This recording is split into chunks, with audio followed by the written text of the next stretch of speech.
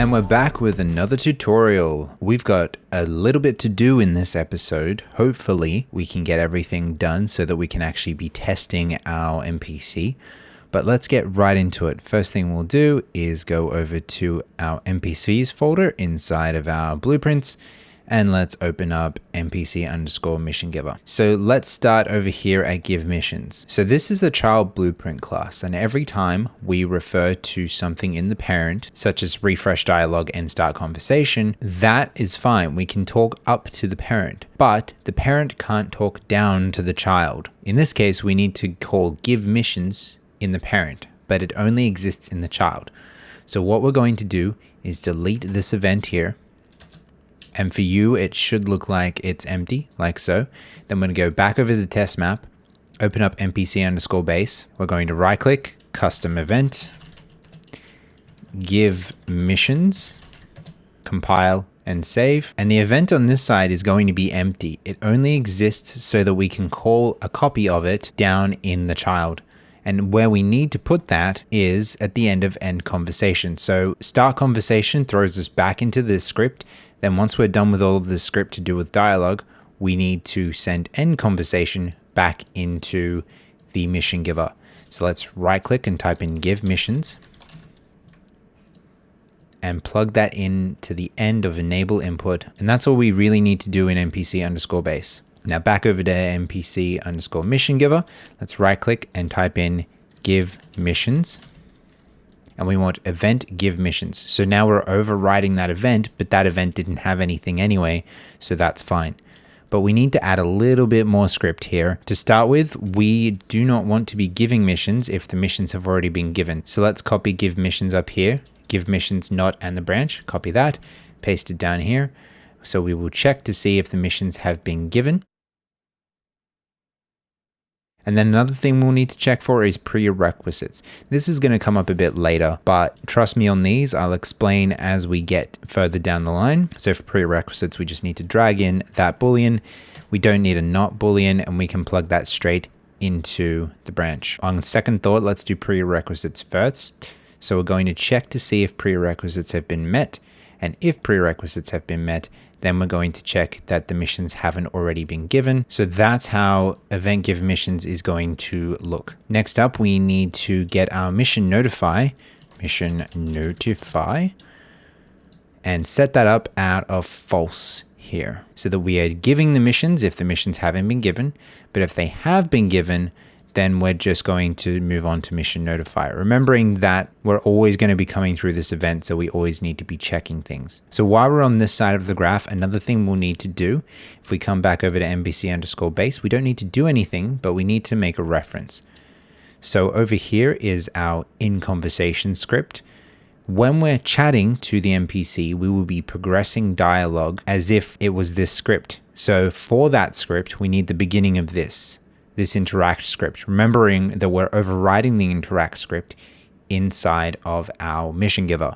So we still need this script here. So let's select it all, and we don't need refresh dialog. We just need in conversation, the not boolean, the branch, the in conversation set boolean, and progress dialog. And we can copy that and go back over to mission giver. Let's come over to event interact, and then I'm going to move event interact back and paste those there. So event interact needs to go into the branch, because if we're in a conversation, we don't need to be checking our prerequisites and all of that because it's the same button. So out of in conversation, plug that into the missions given branch. And that will allow us to progress dialogue. Now we'll move on to a few things that we need to change in our previous script.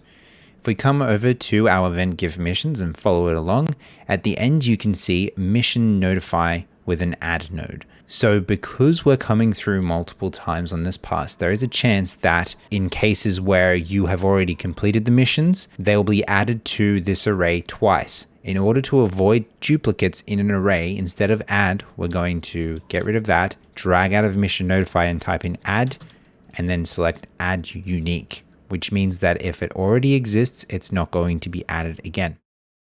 There's two places we need to do this. And the second is down here in mission check. So get rid of that add, drag out of mission notify, add unique, plug in the reroutable that's coming from our array element, and plug in the executable. So those two nodes are replaced, ready to go. Another thing we need to do, if we follow the event interact all the way down to the end of the script, where we're deciding which conversation index to set.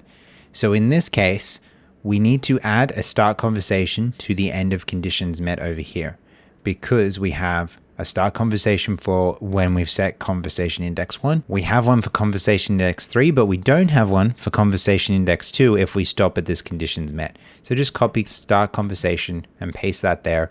Before I plug that in though, you'll notice the refresh dialog is here. So refresh dialog is loading the dialog into our dialog system. Conversation index, think of it as a special type of ammunition.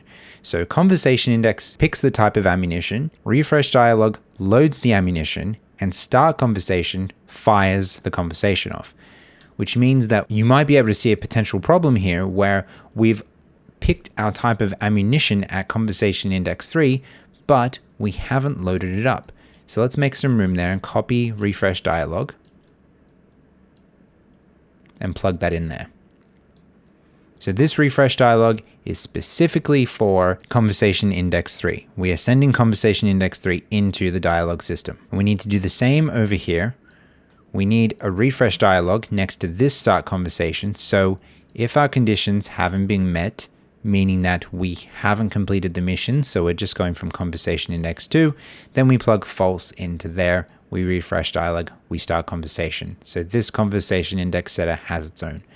And finally, we need to do the same up here for this start conversation. I will need to make more room eventually, but for now, I'll just squeeze it in there. So refresh dialog at the end of conversation index 1. And now if I come down here, we'll need to do the same for this start conversation. We can drag that over, paste our refresh dialog, and plug all these executables into refresh dialog. So we essentially pick our conversation ammunition, load it up, and fire it off every single time. So you notice here that we're loading our ammunition twice. So remember that conversation index 2 is giving the missions, and conversation index 3 is the dialog that fires if we've completed the missions before speaking to the NPC. So, hey, I have missions for you. Oh, you've already completed them, which means we need both sets of dialogue loaded up. We clear the dialogue after every conversation, which means that if we hit refresh dialogue on two different conversation indexes, it will load both of them up back to back. And you'll see an example of that a bit later. So lastly, let's talk about our mission notify. I told you in the last episode, we would be working on what this array should be. Let's drag missions to notify and get that, drag out of that and get a copy, and plug that in there. So this is going to give us the first entry inside our missions to notify. So you might be wondering, if we're not advancing this index over here, how do we get to the next mission? By removing the index. Remember that this is a dynamic array as far as we're concerned, so it's going to keep filling up and subtracting as we need it. So let's get missions to notify and let's type in remove. And we want to remove an index. Remove item is more for objects. Remove index is going to aim particularly at an entry. So we'll remove 0 and the entire list will shift up 1. Next up, let's drag missions to notify again. Type in length. Drag out of that. Check if it's greater than 0.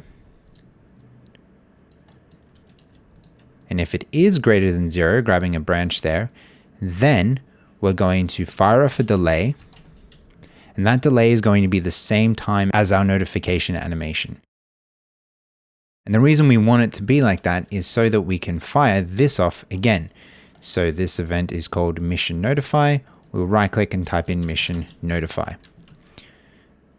Call the function, which is going to start us all over again. So this is a looping event and it's going to keep looping and looping and looping.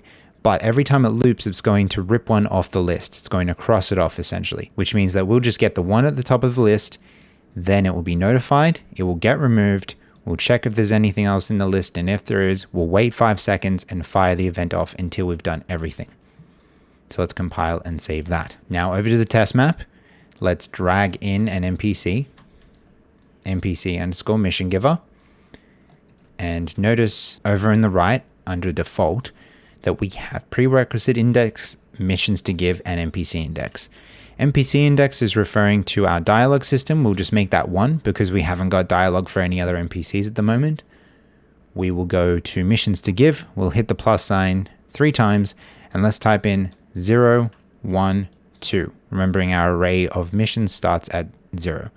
So this should be missions 1, 2, and 3. Now let's hit play. Walk up to the NPC, press E.